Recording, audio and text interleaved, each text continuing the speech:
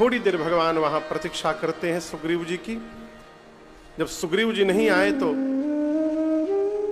राम जी लक्ष्मण जी से बोले कि भाई जब आवश्यकता अपनी हो तो सामने वाले के भरोसे नहीं बैठना चाहिए।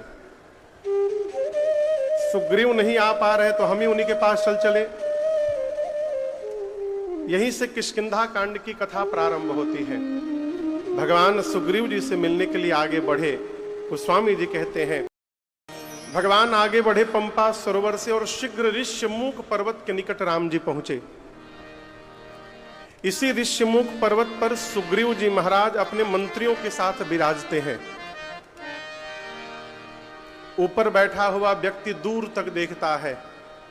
सुग्रीव जी ने राम लक्ष्मण जी को आते हुए देखा और उनको लगा कहीं ये दोनों वीर पुरुष मुझे मारने के लिए तो नहीं आ रहे हैं। डर गए और तुरंत सुग्रीव जी ने श्री हनुमान जी महाराज को बुलाया है।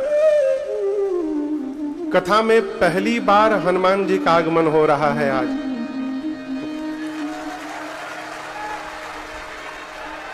आइए पूरी ऊर्जा के साथ बोलिए हनुमान जी महाराज की जय। सुग्रीव ने श्री हनुमान जी को बुलाया, बुलाकर कहा हनुमान जी आप जाइए नीचे, जाकर उन दोनों वीर पुरुषों से बात करके पता लगाइए, क्या पता लगाइए कि उनके आने का उद्देश्य क्या है। मुझे लग रहा है कि मेरा भाई बाली मुझे मारने के लिए इन दोनों भाइयों को भेजा है। यदि आपको पता चले कि ये मुझे मारने आए हैं तो आप नीचे से मुझे इशारा करिएगा। आपका इशारा मिलते ही मैं भागो तुरंत तजो यह सैला। सुग्रीव बोले मैं तुरंत ये पर्वत छोड़ के भाग जाऊंगा। हनुमान जी महाराज ब्राह्मण का रूप धारण करके राम जी के पास गए और जाकर सिर झुकाकर श्री हनुमान जी ने प्रणाम किया। ब्राह्मण का रूप धारण करके हनुमान जी गए और जाकर हनुमान जी ने भगवान के चरणों में सिर झुकाया। आपको बताऊं, जिस समय हनुमान जी ने भगवान को प्रणाम किया उस समय गर्मी का समय था, ग्रीष्म ऋतु थी, जेठ का महीना था। सरकार, जेठ के महीने में यदि कोई नंगे पांव चलेगा तो उसके पांव पूरे रूखे हो जाएंगे, फट जाएंगे।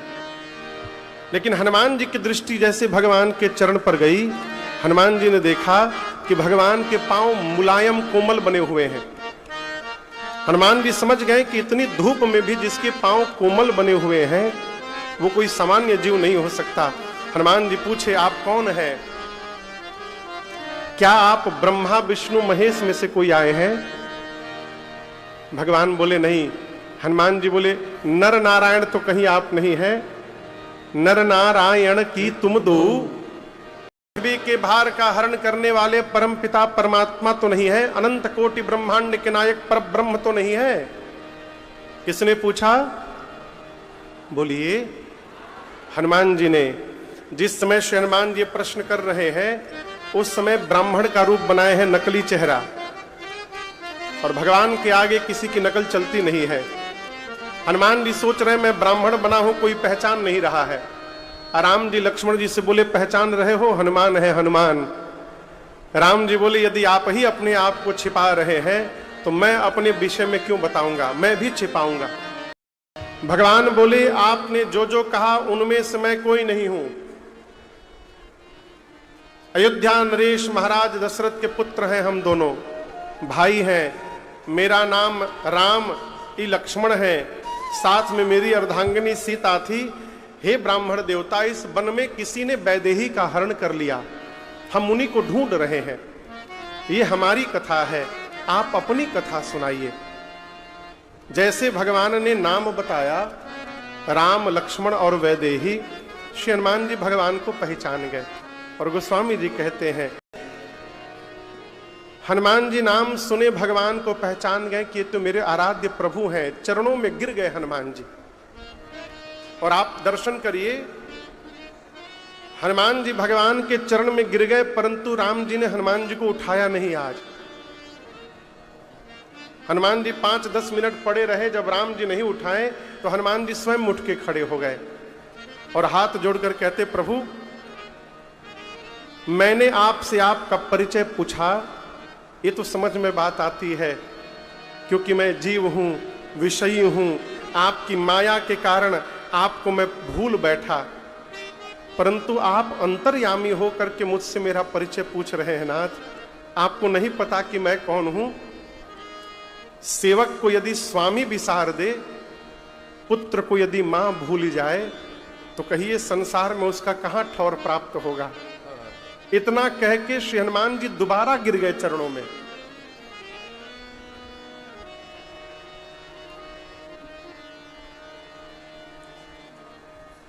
दूसरी बार हनुमान जी गिर गए। इस बार भी भगवान ने उनको नहीं उठाया। जब दूसरी बार चरणों में गिरने के बाद भी भगवान ने नहीं उठाया, तब हनुमान जी समझ गए कि अवश्य मेरे में कोई ना कोई कमी है, इसलिए प्रभु ने उठा रहे हैं। लगे विचार करने। तब ध्यान में बात आई कि मैंने मुख से बता दिया है कि मैं ब्राह्मण नहीं हनुमान हूं, परंतु स्वरूप से अब भी मैं ब्राह्मण ही बना हुआ हूं। यानी मैं जो दिख रहा हूं वो हूं नहीं, और जो हूं वो दिखाई नहीं दे रहा हूं, यही छल है। और भगवान को छल बर्दाश्त नहीं है। जैसे हनुमान जी की समझ में बात आई, हनुमान जी निज तन प्रगट प्रीति उर छाई। हनुमान जी अपने रूप में प्रकट हो गए, और जैसे अपने रूप में प्रकट हुए, बाबा कहते हैं तुरंत श्री हनुमान जी को भगवान ने उठाया, उठा करके हृदय से लगाया और अपने नेत्र के अश्रुओं से मानो हनुमान जी का भगवान राम अभिषेक कर रहे हैं। निज लोचन जल सींच जुड़ावा। बोले हनुमान जी मैं आपको भूला नहीं हूं। ये जो लक्ष्मण जी बगल में खड़े हैं ना, मैं आपको इनसे दोगुना अधिक प्रेम करता हूं। तय मम प्रिय लक्ष्मण ते दूना। हनुमान जी महाराज गदगद हो गए।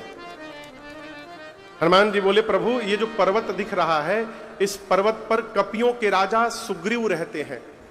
नाथ शैल पर कपिपति रहई, असो सुग्रीव दास तव अहई। वो सुग्रीव प्रभु आपके दास हैं। अब यहां पर दर्शन करिए, सुग्रीव जी न कपियों के राजा हैं, न सुग्रीव जी भगवान के दास हैं। वो तो शत्रु मान लिए थे राम जी। तो हनुमान जी ऐसा क्यों कह रहे हैं कि प्रभु आपके दास हैं और कपियों के राजा हैं?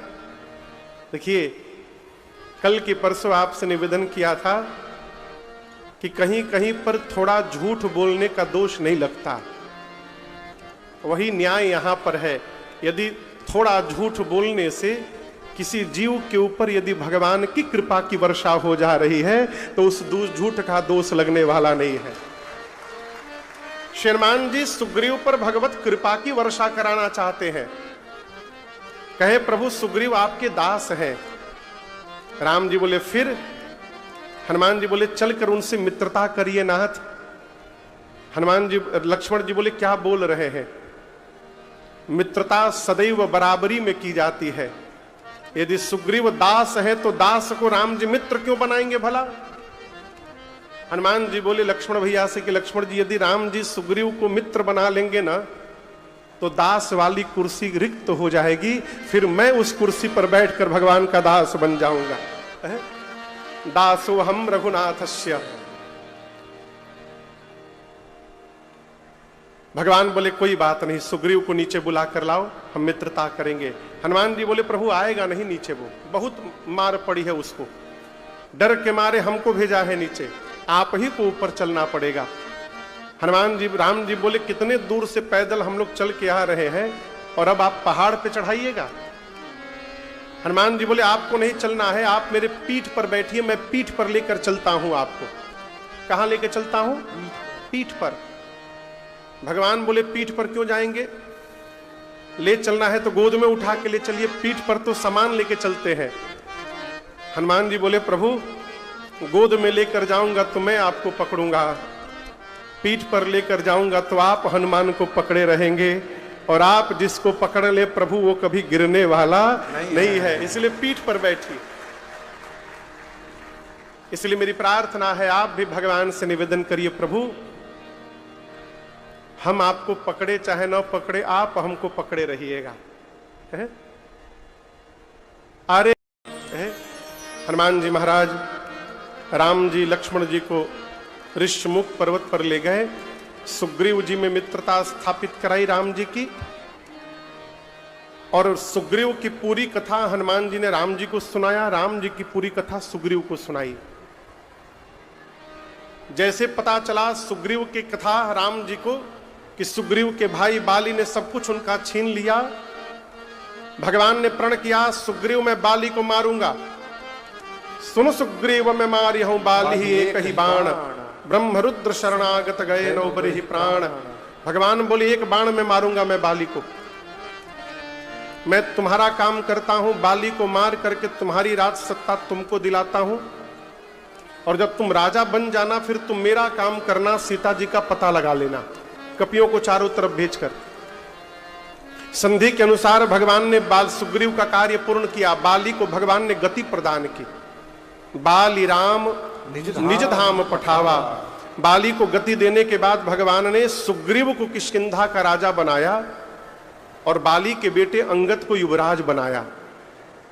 जब सुग्रीव को राजा बनाया भगवान ने, न तो राम जी बोले देखो मैंने तुम्हारा कार्य पूर्ण किया, अब मैं इस प्रवर्षण पर्वत पर चातुर्मास बिताने जा रहा हूं, और इसी चातुर्मास के भीतर तुम मेरा काम पूरा करना, कपियों को भेजकर सीता जी का पता लगा लेना।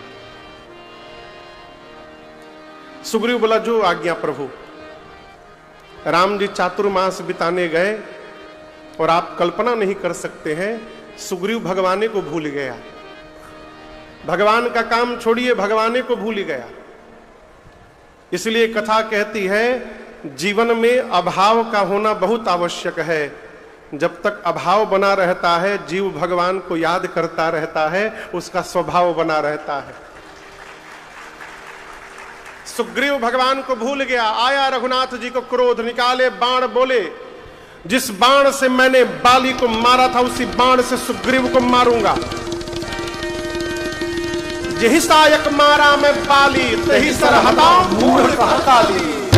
कब मारूंगा? कल। कब मारूंगा? कल। राम जी बोले कल मारूंगा सुग्रीव को, भूल गया मुझे। लक्ष्मण जी बोले कल क्यों? कल क्यों मारना है? भैया आप रुकिए, मैं आज ही उसको मार के चला आता हूं।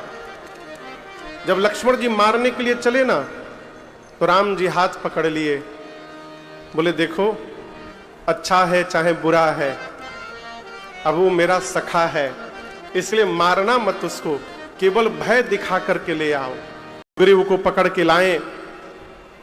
सुग्रीव आया, आते चरणों में गिरकर क्षमा याचना करने लगा, प्रभु त्राहि माम, भूल हो गई नाथ हमसे। भगवान ने कहा कोई बात नहीं, चलो कपियों का पता लगाओ। सुग्रीव ने कपियों को बुलाकर कहा पूरब जाइए। किधर जाइए? पश्चिम जाइए। कहां जाइए? उत्तर जाइए। कहां जाइए? पूरब पश्चिम उत्तर जाइए, जा करके सीता जी का पता लगाइए। लेकिन याद रहे पता लगाने आप लोग जा रहे हैं तो 1 महीने के भीतर पता लगाकर वापस आना है। कितने दिन में? 1 महीने के। ये नहीं कि आप लोग पता लगाने गए फिर हमको आपका पता लगाना पड़े कि कहां चले गए। 1 महीने में पता लगाकर वापस आइएगा। दूसरी शर्त, खाली हाथ नहीं आना है, पता लगाकर ही वापस आना है।